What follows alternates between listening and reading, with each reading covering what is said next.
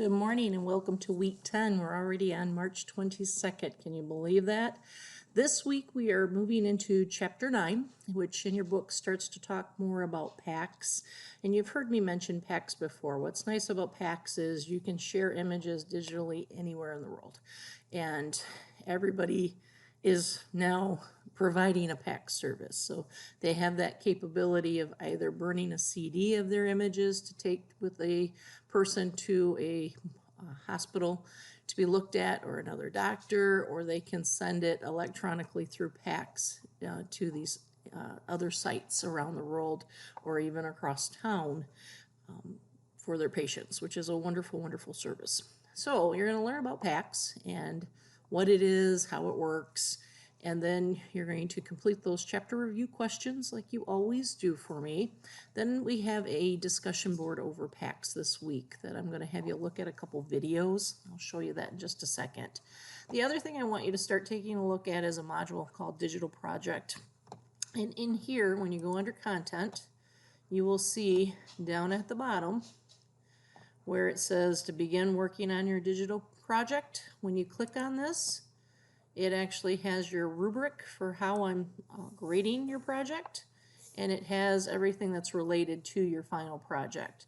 So I want you to start taking a look at least at your digital imaging project right here, what says assignment, and I want you to start thinking about what you want to write about. So which system did you read from previous posts that kind of sparked an interest that, oh, I really like Konica, I really like the Fuji system, and that's what I want your primary focus to be. And then I want you to find two other systems that it could even be the ones you researched, or something, like I said, that you've read on another person's post where you're like, oh, that's kind of an interesting one.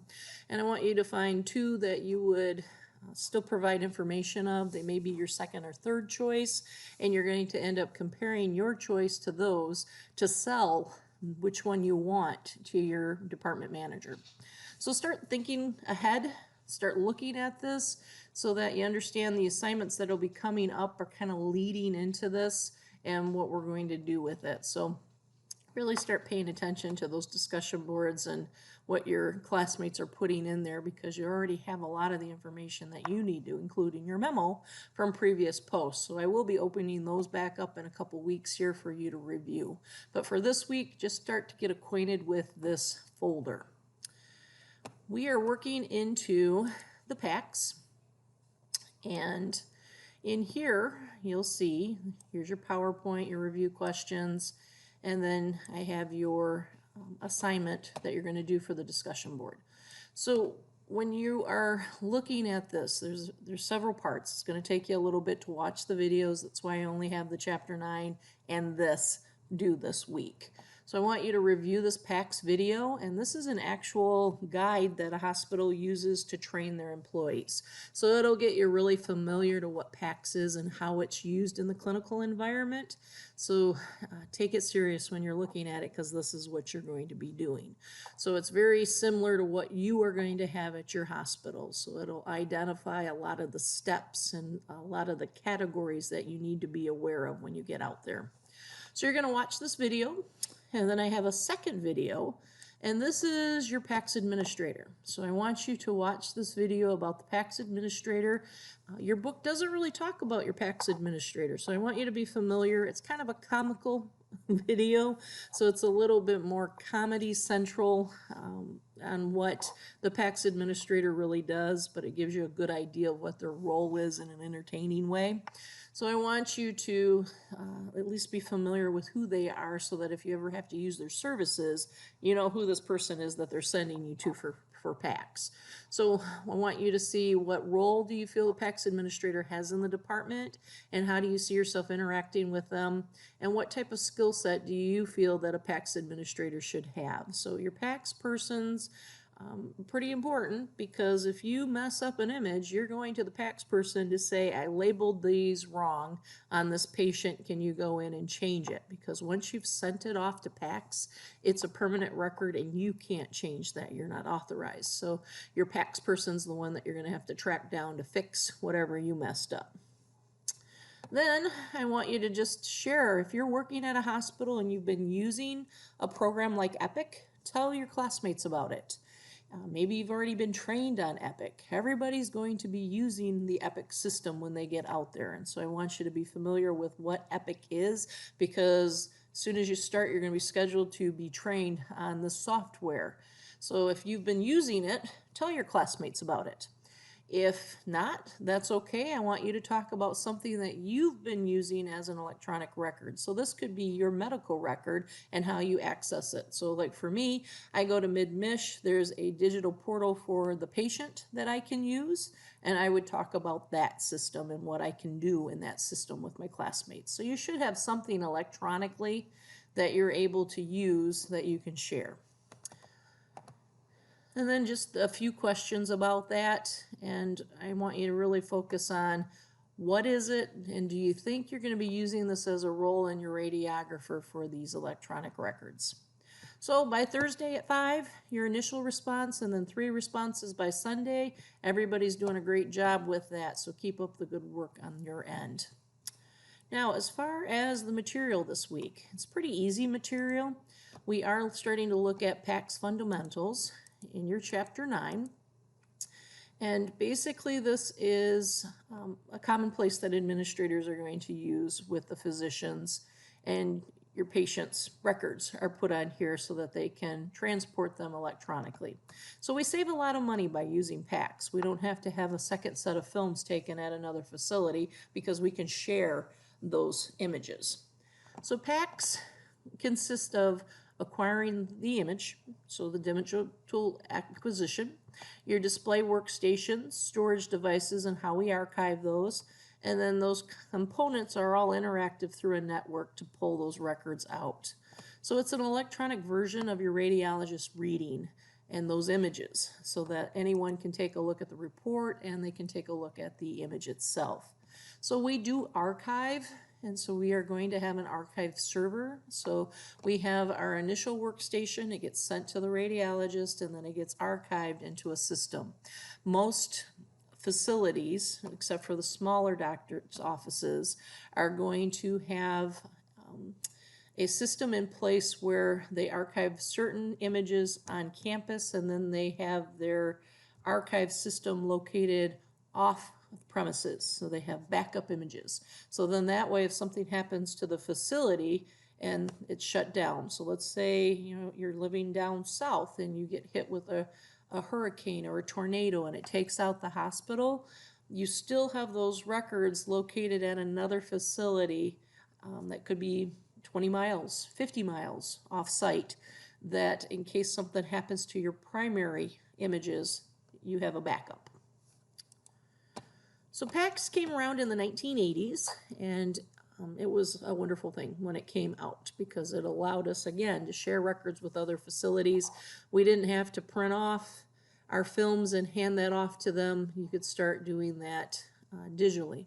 So it did come out in the 80s, although you didn't really see people using it till the 2000s. So it was a very slow, archaic process at the beginning. So if any of you have had older computers, you know what I mean.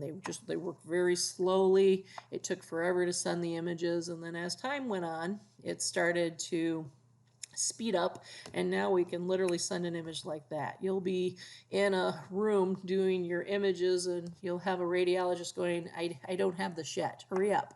And they want their images now. And so you'll see that a lot of times with CT where they're waiting for something for this emergency patient. So they are, even though it's like that, it's still not fast enough for them. We talked a little bit about DICOM before, so the problem with the earlier systems was it didn't communicate with one another. So if something, you bought a GE, it may not be compatible with the Carestream, and so the computers just weren't talking. So they came out with DICOM to make sure that it was a universal, acceptable language that all machines could work together with. So this helped to save money because you weren't having to purchase an entirely new system for your room. Everything had to communicate together. So your components are your image acquisition, that display workstation, and your archive servers. Your image acquisition is just whatever we do for a digital format. So for us, it's our images that we've taken. You have ultrasound, CT, MRI, any of those can be put into a PACS system. You have nuclear medicine, all of that is shared with those different departments through PACS. Your display workstations, this is what your radiologist office is going to look like. So they will have 2 monitors and probably a 3rd one just for paperwork. So when you go in, they're going to have a desk that's got a lot of monitors, and their monitors have more pixels, so they do a better job pulling up spatial resolution. So a lot of times, if you're outside of that exposure range that we've been teaching you about in lab, and your image looks good on your end, and you're out of the range, but it looks good, you send it to the radiologist, they're gonna be like, this is a terrible film, because they're picking up more information than what your station does.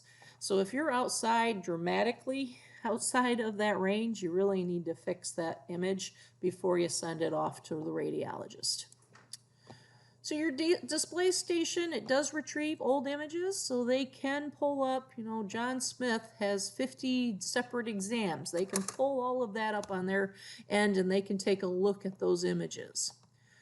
Our workstations are going to have some sort of PACS application software. So when you are looking at your stations, they're going to be set just to do images. You can't surf the web on there, because the last thing they need is to get a virus on their workstation that's going to infect the entire department. So whatever software they've loaded is the only thing they're going to allow on those image monitors.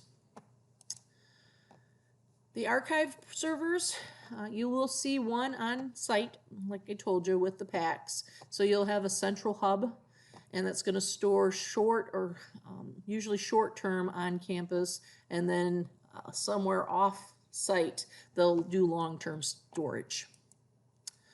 Your workflow, when you get out there, you're going to have someone who is entering the order. You're not going to put the order into the system. So they're taking the information from the patient, they're putting it in. That order is going to get sent to you. We typically don't have a paper copy that gets handed off anymore. That's an old archaic way of doing it. Instead, it'll be something that's printed off to your department, and you're going to pull it off the printer, or someone else is going to be stationed there to print them off and put it into a box and hand it off to you. There's also big TV monitors that will tell you what the workflow list is, and others will have a monitor that's on the countertop that's just designated for the workflow, so that you can see what's coming as they're putting in those orders. You'll then take your patient back, perform the exam. You're going to come back, and there's still going to be processing that you're doing on your end to finalize that image. And then that gets sent off to your radiologist. He's going to dictate, he or she will dictate a report. That report gets transcribed by the transcriptionist, who's usually housed through HIM, so Health Information Records, and then that process starts all over again. So your department may look a little different, but the process is the same. You're always going to have a central hub. There's always going to be computer monitors around the room for everyone to have access to what they need to input. You're not going to see the old way of doing films where you're going, so you're not going to have the handheld films that we used to use. But if you do get rotated to a facility that has a dark room, you'll see the processor, and it has chemicals. It has a view box to hang up those images. So they're actually films that you hang up. But the facilities that you're going to, you're not going to see that anymore. So these are all film-based workflow orders. The nice thing is a lot of this still carries over to digital. So you need to have on that rec what gets put into RIS, which is Radiology Information System, which is specific to just the radiology department. You'll have the patient's name, their ID number, date of birth, ordering physician's name, exam ordered, the reason for that exam, and chief complaint. All of this information gets put into the computer. Some hospitals will have you asking the majority of these questions. Some hospitals will have the front desk person asking the majority of these questions. So it just depends on where you're at. So then that requisition gets passed on to you. You take that information into the room. You're still going to complete your own information, verify that you're doing the correct part that was ordered, and then you'll perform your exam, and that gets sent off to the radiologist to be looked at. If you're using traditional films, you would have to take those films to the film room, who will give those to the radiologist, and then they will hang up the films on the view boxes for the radiologist to look at. Anything that's put into PACS, they can just click on that patient and it pulls up onto their computer monitors, and you don't have to mess around with that. The transcriptionist will probably, like I said, be located over in that medical records, which is health information systems now. They'll house that over in that department, and they will do the typing of those transcripts for the dictation. And a lot of places, those folks are actually working from home and doing the transcription. So you may never come in contact with them. So our generic PACS workflow is different from film-based. And the reason is that electronic work list, which comes through RIS. So your order is going to get put into that RIS. That message is going to get sent to PACS, and it will find any historical images and put them into a short-term archive. And then you will get a printed copy, or it'll come up on that workstation monitor to let you know that you now have a patient, and then you'll take them based off of that monitor and information that gets printed. So you'll still have something that's a hard copy that you're carrying into their room. So that requisition is given to you so that you know what to pull up on your electronic work list. So you'll still have a printer somewhere in the department that will, or a copier that will print off the work list, and it will have that information of what you need to know for that particular patient. So your system architecture, this is hardware that's going to store that information on your computer system. So our PACS architecture consists of your acquisition devices, storage, display workstations, and your image management system, so whichever one you're using. So like I said, most of the hospitals are starting to use Epic for their information on their patients, and so you probably will, if you haven't heard it, now you have, and when you get out there, you'll hear about Epic all the time. So you have a client or a server-based system. If you are at a smaller facility, you're probably not so worried about where you're going to archive those, or you will contract out to someone to archive your system for you. Most hospitals are going to have a centralized work list, and they're going to, like I said, archive those images in a long-term storage facility that's located off-site. So, advantage of your client or server-based is any exam sent to PACS is available anywhere without intervention. Only one person can open up the study with the intent to read it, and others who open up the study receive a message saying that it's being read, and you can't access that. Disadvantages is your archiver server is seen as a single point of failure. So if that system goes down, everything goes down and you can't get to that. So that's probably the biggest disadvantage, is if your system goes down, what do you do to obtain those images? So these distributed systems, they're not standalones like your client base are. So what's nice about your distributed systems is you can connect MRI, CT, all of them have access at the same time to those workflow, and they can manage those images that are locally stored. So the advantage is your archive server goes down, you still have other reading workstations that aren't going to be interrupted by that and can pull up those images. So I would say distributed systems are a much better system, especially when you're relying on images right away to save a patient. So disadvantages, you're relying pretty heavily on a system to do those image distributions correctly. And you're going to have a workstation with different work lists, but only one person at a time can work on that list. So it can be convenient in some aspects, but it can also be inconvenient if you have to read additional studies. So probably more of an inconvenience on the radiologist end than your end. All right, web-based systems are similar to client and server-based. The biggest difference is those images and application software are held centrally and they load to the client display. So the only images are held at the archive level. So their advantages are your hardware at your client level can be supported by appropriate browsers. Disadvantages if you have a pretty crappy PC, then it's not going to pull those images up in a quickly manner. So that same application can be used on site, and it can also be used through teleradiology situations. So a lot of times, especially your smaller hospitals, they may not have a radiologist on staff. They require an RA to do the images, and then the teleradiology person is on the other end, and they're looking at the images outside of the hospital, and they're saying, obtain this image for me, especially with fluoroscopy. Go back in and do this image. And they will take that and send that off to them. So sometimes you'll see a little guy pop up or a little girl pop up, and they'll be talking to you, and it may actually be their face, or it may be a kind of a comic looking face that's talking to you, telling you what it wants you to do, or sometimes you'll just have a voice like a phone call that will tell you what to do in those situations.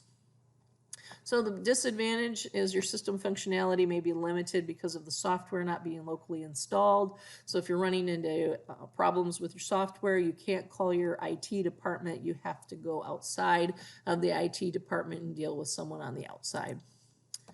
So your display workstations, most are going to be interactive with PACS. I can't imagine in today's day of age that they're not going to be interactive with PACS. The only time that wouldn't be the case is like your smaller areas that do just foot x-rays, and they're a standalone clinic. They're not going to have a PACS system.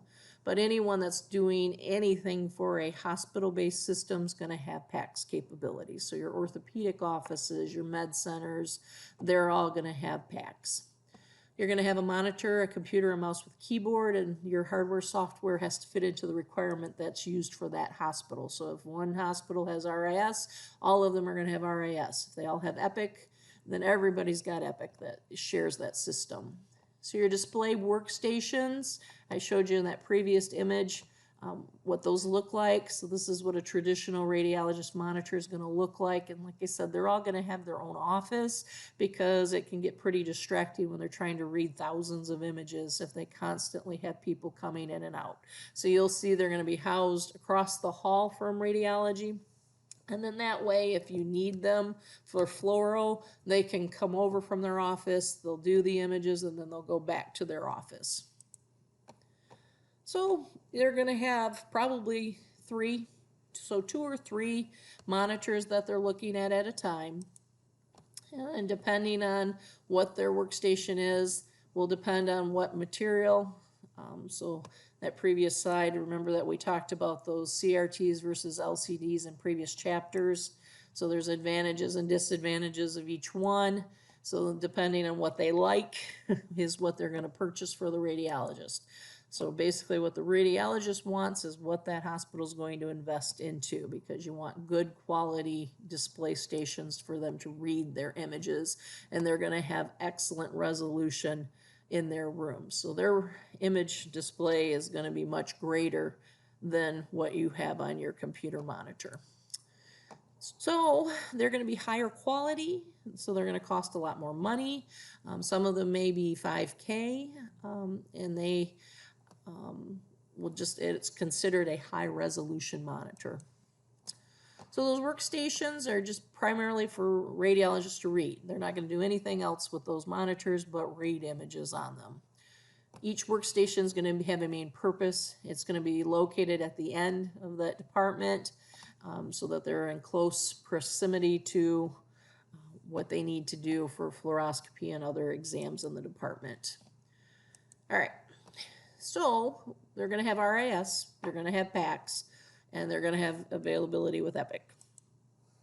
And your review stations for those physicians, they're going to have a step-down model, so they can still pull up the images and look at them, but the radiologist has done the reading.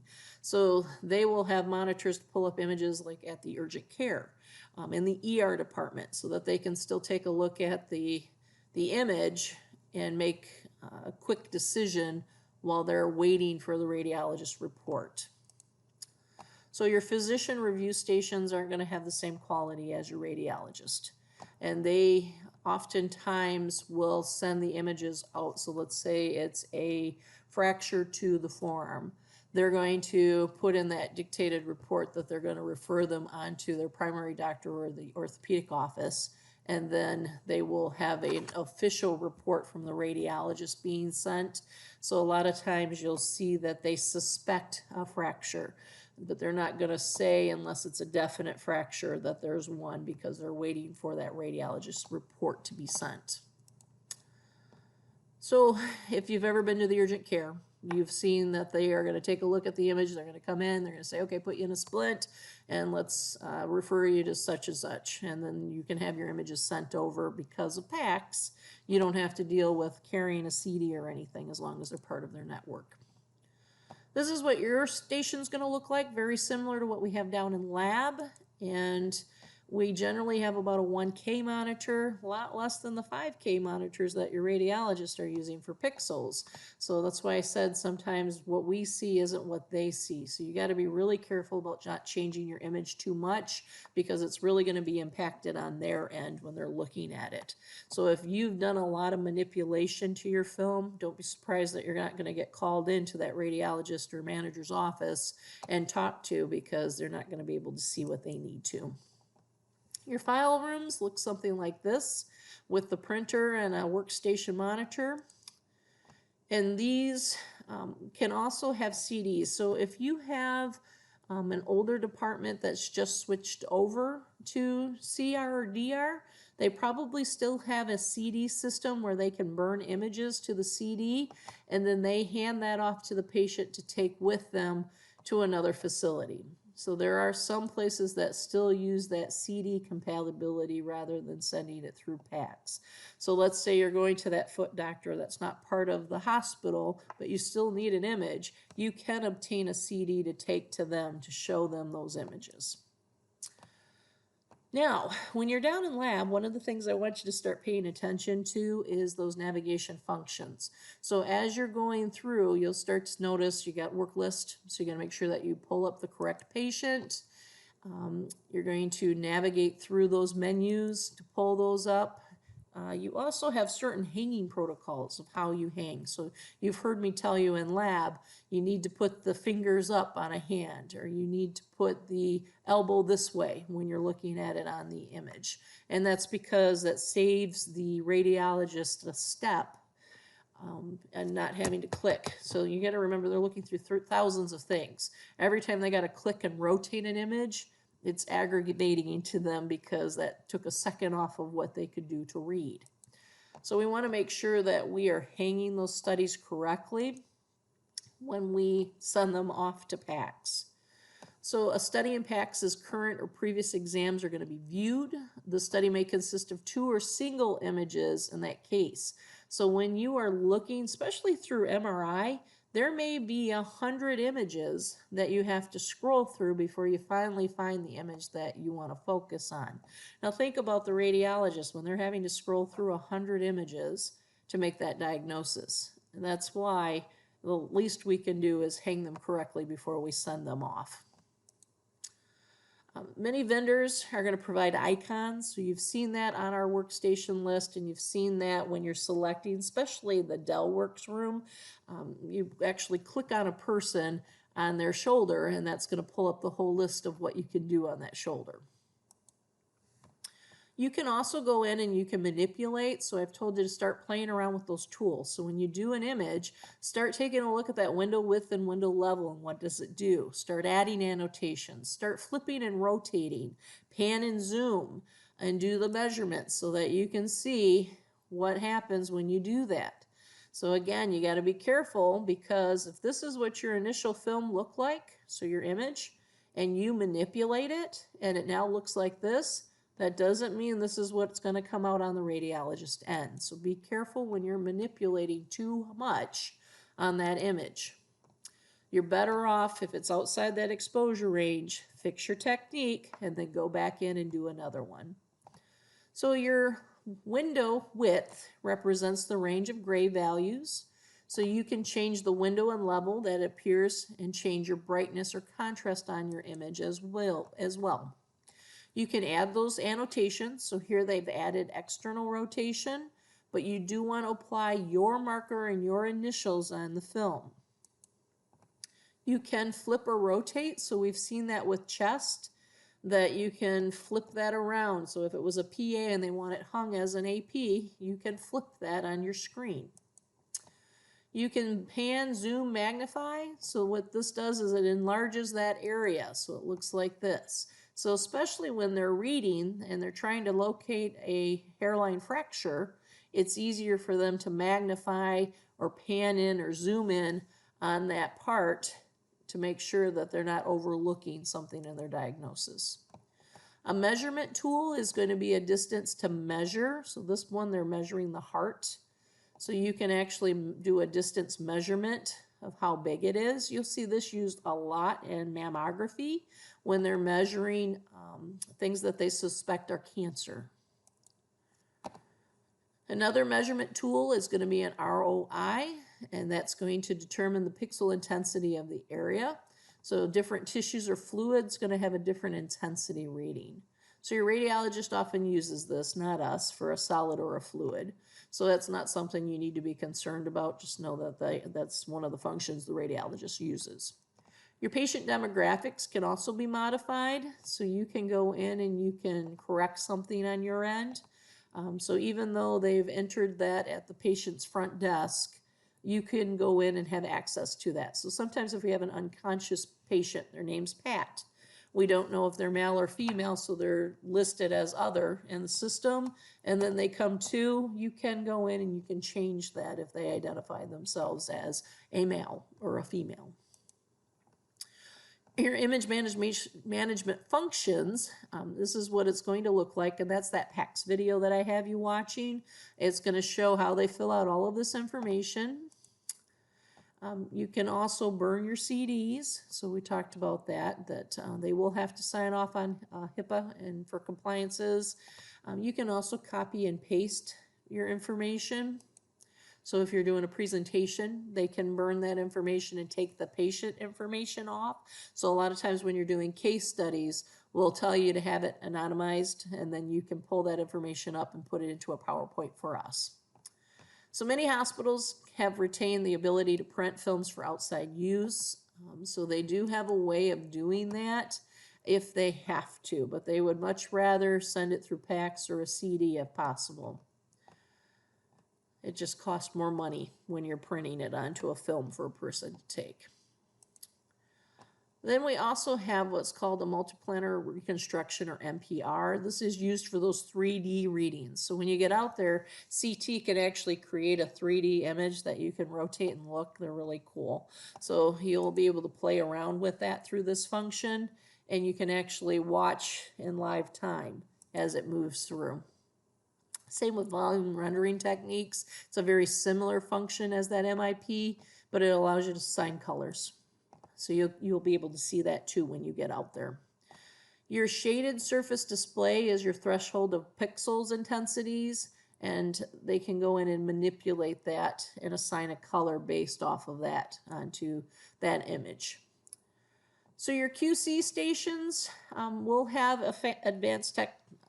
advanced functions. So if you have a quality control person in your department, they can take a look at images on the monitor.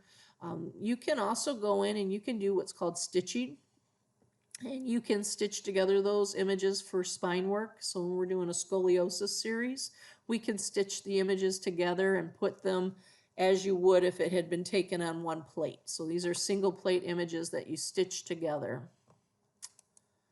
So this is what that looks like when we actually stitch these separate views together. Your image post-processing, that's your edge enhancement, smoothing, or contrast enhancement. Like if you're going someplace like Covenant, they're going to tell you we do not want you doing edge enhancement. So this is a way of cropping out information that you don't want, and they want a actual image. So they'll tell you they don't want to see this. Other advanced workstation functions and capability of the PAX systems. So you will see this is constantly advancing, constantly changing on what procedures and what you can do. So a lot of times they will come in and they will remotely update the software on their end so that you don't have to worry about that. So that's the nice thing, is once it's taken care of on their end, we don't have a lot to do on our end other than worry about taking the patient back and getting the images. All of our stuff can be corrected by an outside vendor for software issues and that. You're not going to be repairing that. You can call someone in to repair that.